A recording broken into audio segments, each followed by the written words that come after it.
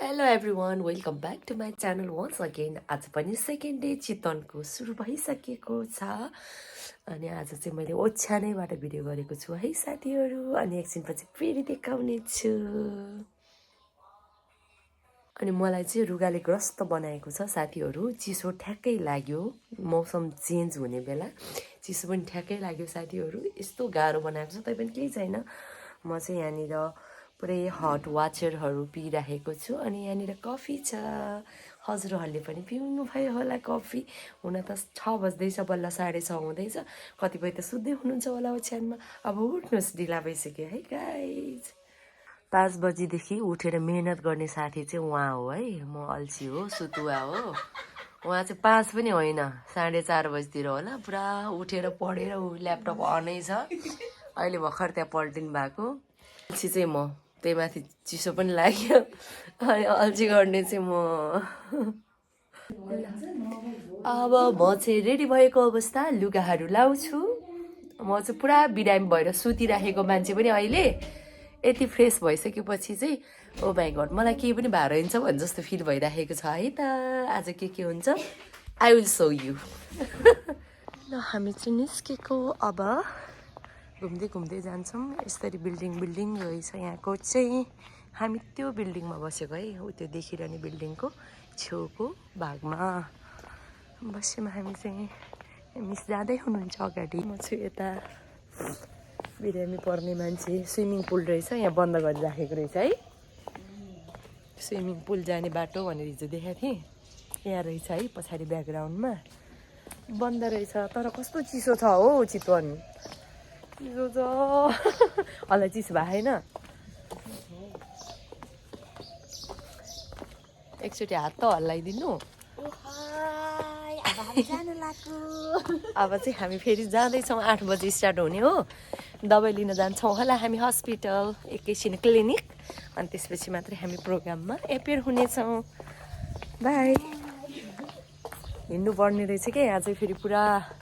हलसम्म पुग्नलाई पनि हिँड्नुपर्ने अनि रिसेप्सनमा पुग्नलाई पनि हिँड्नुपर्ने हेर्नु न यहाँनिर पुरै एरो दिएर देखाएको छ रिसेप्सन यताबाट जाने हल यताबाट भनेर तर एकदम दामी इन्भाइरोमेन्ट रहेछ यहाँ बस्नको लागि चाहिँ एकदमै आनन्द पिसफुल एरिया रहेछ यहाँनिर चाहिँ घुम्न आउनेहरूको लागि चाहिँ एकदमै वन्डरफुल प्लेस है त ब्रेकफास्ट गर्ने ठाउँ चाहिँ यहाँ हो रिसेप्सन यहाँ हो यो छोडेर जाउँ र हामी चाहिँ दबाई लिएर आएर फर्क्यौँ यो साइनेक्स खाएर हिँड्नुपर्ने अवस्था आयो है साथीहरू गर्मी महिनामा पनि चिसो लागेर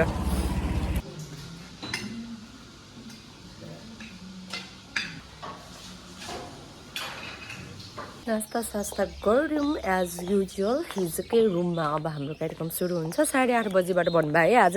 मिस 8:30 बजीबाट भन्नुभएको तर कतिपय साथीहरू चाहिँ बल्ल आएर ब्रेकफास्ट गर्दै हुनुहुन्छ हामी चाहिँ ब्रेकफास्ट सबै सकाइ ओरी हामी चाहिँ आउँदैछौँ अब रुममा हलमा पिकक हल भन्ने रहेछ यो चाहिँ नयाँ भर्खर बनेको अरे अनि यस्तो छ यो हलमा छ हाम्रो चाहिँ कार्यक्रम जाँदैछौँ यहाँ भित्र सरर आइसक्नु भएको रहेछ काम लागेर यस्तो राम्रो देखियो हो छुट्टै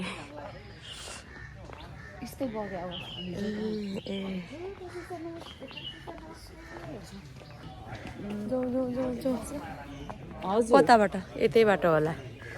अब चाहिँ हामी गडेउलाको मल अथवा के कम्पोस्ट बनाउने सिकाउनुहुन्छ कि प्र्याक्टिकल गराउनुहुन्छ अरे हामीले ट्रेनिङमा त्यही गऱ्यौँ अब त्यही हेरेर जाँदैछौँ उता रहेछ मिस ए यताबाट नि छ अरे ल अब चाहिँ हामी जान्छौँ कस्तो हुन्छ लेट्स सी देयर देखाउने छु है त मल कसरी बनाउने रहेछ कम्पोस्ट त्यो देखाउने छु यस्तो दामी देखेको छ आज चाहिँ घाम लागिसकेपछि अनि बल्ल चितवन आएको जस्तो फिल भएको छ हो नत्र त यति जाडो म त खोकी लागेर अलिअलि भएको छैन अघि सर जाँदै हुनुहुन्छ यहाँ साथी हुनुहुन्छ अब हामी चाहिँ कम्पोस्ट मल बनाउन जाँदैछौँ प्र्याक्टिकल्ली थ्योरिटिकल त क्लासमै गऱ्यौँ हामीले अब प्र्याक्टिकल गर्छौँ होटलकै एरियामा सायद बनाउँदै हुनुहुन्छ सबैजना आउँदै हुनुहुन्छ उता सरहरू पनि आउँदै हुनुहुन्छ यता आउँदै हुनुहुन्छ कोही सरहरू चाहिँ अगाडि गइरहनु भएको छ यता रहेछ यहाँ चाहिँ फेरि जति हिँडे पनि नभ्याउने एरिया रहेछ है यहाँ चाहिँ यो 7 स्टार होटल सौराको यो चाहिँ हामी चाहिँ फोनमा व्यस्त हुनुहुन्छ हामी जाँदैछौँ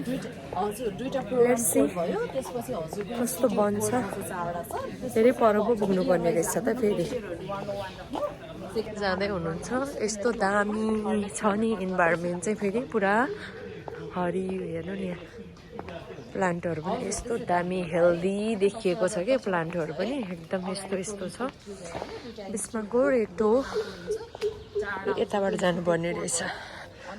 यतै होला सायद पिच बनाइराख्नु भएको छ खाल्डो बनाइराख्नु भएको छ अरे यही रहेछ यही नजिक रहेछ हौ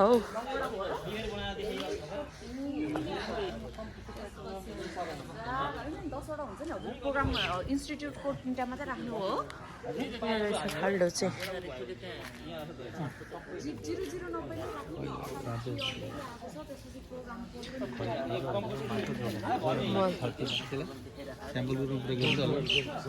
त्यसलाई पहिला मल हाल्नु पर्ने खाल्डो खनिसकेपछि होइन सर मल हाल्नु पर्ने खाल्डो खनेपछि ए खैरो ब्राउन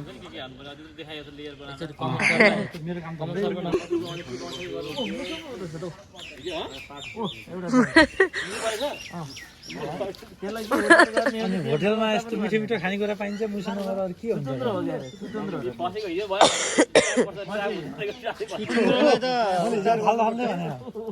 अरूलाई त असर गर्दैन यो मुसो आयो भने त्यही पर्छ भनेको थिएँ गणेशजी रिसाउनुहुन्छ कम्पोस्ट बनाउने पिट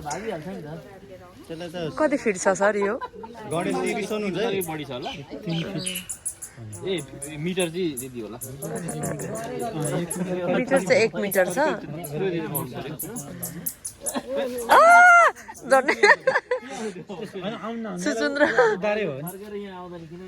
यो मुसाको एउटा नेचर के हुन्छ भन्दाखेरि रातिमा सधैँ एउटै समयमा एउटै बाटो हिँड्ने हुन्छ कि सबैजना आउनु भयो त्यो ब्राउन राख्नु पर्यो होला फर्स्टमा हातले ग्लोभ्स लाउनु भएको छैन त बेल्ट प्रयोग गर्न हातै प्रयोग गरेपछि केही फरक मिल्दैन केही फरक पर्दैन मल कहिले के अर्को जिप पनि निस्किन सक्छ सबै मिलाएर हाल्दिनु बनाउने तरिका ब्राउन त लिएर भयो अलि बाक्लै एउटा पाक्ले लिएर बनाउनु पर्यो पर्दैन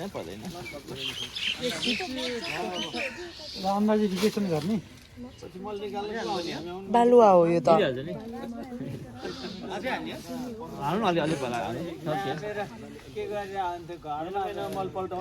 यो आए मल त्यो पनि राम्रो हो कि अब यो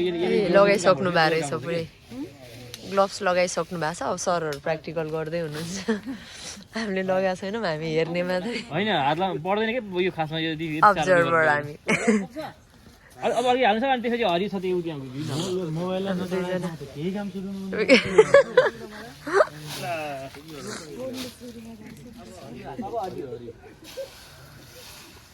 राम्रो काटेर ठिक्क पाए कस्तो राम्रो मार हाल्नु भएको सबैले हाल्नु एक हाल्नु एक हातमा ग्रिन के अझै हाल्नु पर्यो स्वास अब फेरि गोबर पनि हाल्नु पर्यो धेरै हुन्छ अब भयो लिएर हाल्नु जर्का हाल्नु त्यो भएछ अब ब्राउन ल्याउँ धेरै भयो हरियो अब ब्राउन लक्क ब्राउन राखौँ र अनि मल पनि राखौँ अलिअलि माटो पनि हाल्ने हुन्छ माटो गोबर मल पनि हाल्नु पर्यो ब्राउन पर्दैन कि माटो ब्राउनै हो नि थिति पर्दैन माटो हाले पनि हुने रहेछ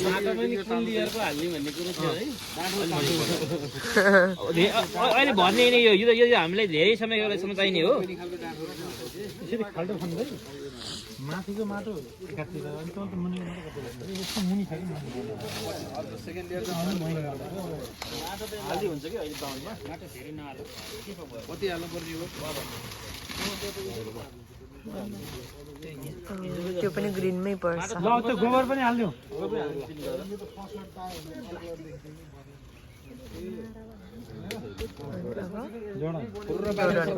माटो यो खाल्टो भर्न पर्छ है त्यही अनुसारको यो अनि खप्पुएर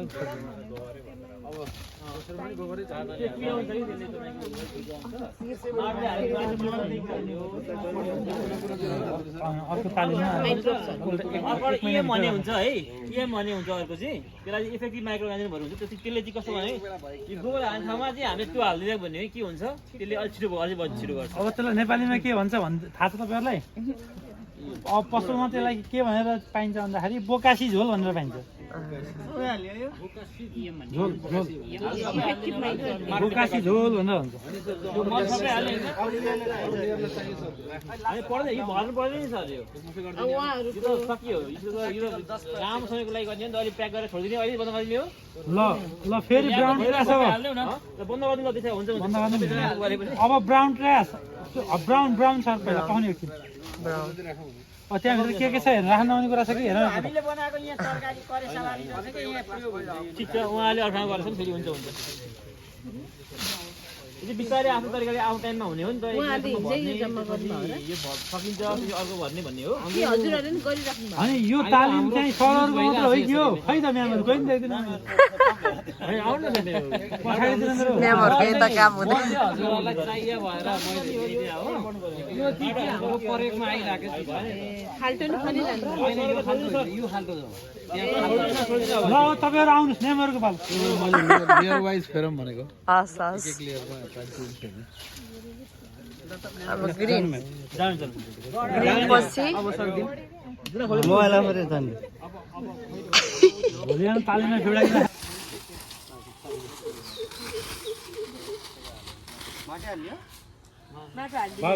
अब फेरि गोबर हाल्नुहोस्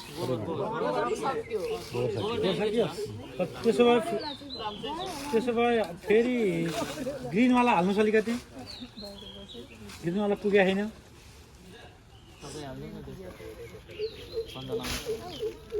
ग्रिनवाला यता नि छ है ग्रिनवाला त्यहाँ नपुगे यता नि छ यता यो हालेको ग्रिन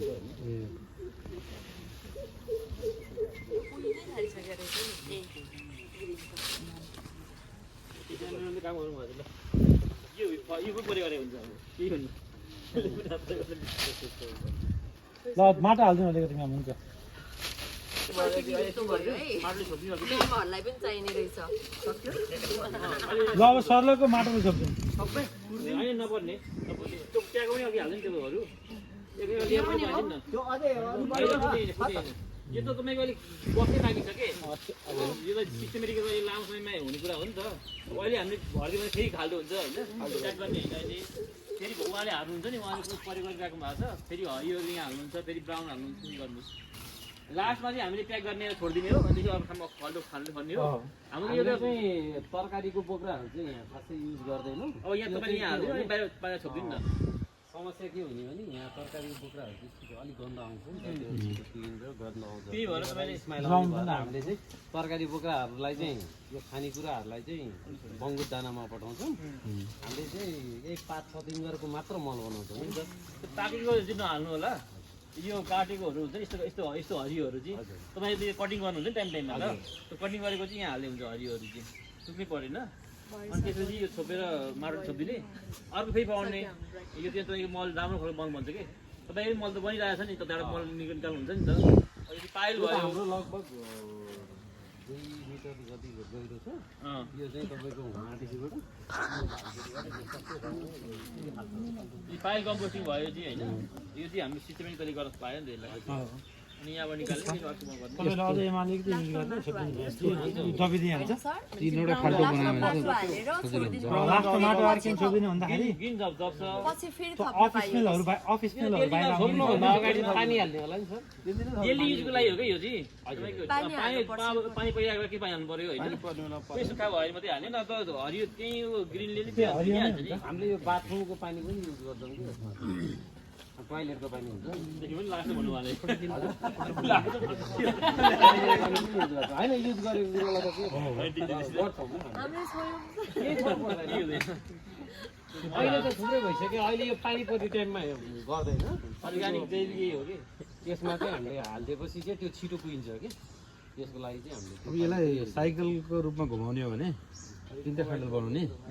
अनि त्यो 1 महिनामा यसलाई दोस्रोमा हाल्ने यहाँ नयाँ फिल गर्ने अनि उताकोबाट प्रयोग गर्दै जाने त्यो गर्नु पर्यो त्यसो हजुर त्यो निकाल्ने राख्ने गर्नु पर्यो त्यो मान्छे त्यसो काम झन् गर्दैन नगर्ने मान्छेलाई गराउनु भनेर बनाउनु खोजेको यो होइन भन्ने कुरा त भन्नु पर्यो गर्ने त गर्ने छैन अब यहाँ अर्को बनाउनुहुन्छ यो त हामी प्याक गरेर छोडिदिन्छौँ 2 महिनापछि यो कुइन सबै कम्प्लिट बुझ्यो कि होइन सर कुरा मैले रोकेँ सर यो किन गर्नुहुन्छ उहाँहरूले भने हाम्रो त स्टुडेन्ट भएको हो नि त इन्स्टिच्युट हो नि त हाम्रो इन्स्टिच्युट हो कि स्टुडेन्टले गर्छ कि यो काम तर हजुर मलाई लाग्छ त्यो नगरे पनि हुन्छ किनभने त्यो हामी एनआरडी कन्डिसनमा पाक्ने नै हो यो कुहिने नै हो कुहिन्छ कुहिएर कुहिएपछि मल बन्ने हो त्यसलाई हामी मिसाएपछि समस्या हुँदैन हामीले चाहिँ अब यो प्र्याक्टिकल पनि गरेर हेऱ्यौँ एक्सपेरिमेन्ट गरेर हेऱ्यौँ अब हामी फेरि पनि फर्किन्छौँ आफ्नै वर्कसपमा फर्किन्छौँ